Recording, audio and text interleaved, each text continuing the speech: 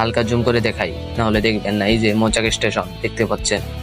তো আমরা এখন মাচার উপরে বসে আছি, রাব্বির জন্য অপেক্ষা করছি। এই যে দেখেন মাচা লো চেম্বার, এই যে এখানে সকলে অপেক্ষা করছে রাব্বির জন্য।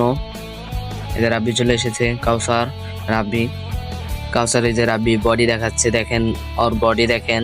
এই যে রাব্বি বডি দেখাচ্ছে, কাউসার।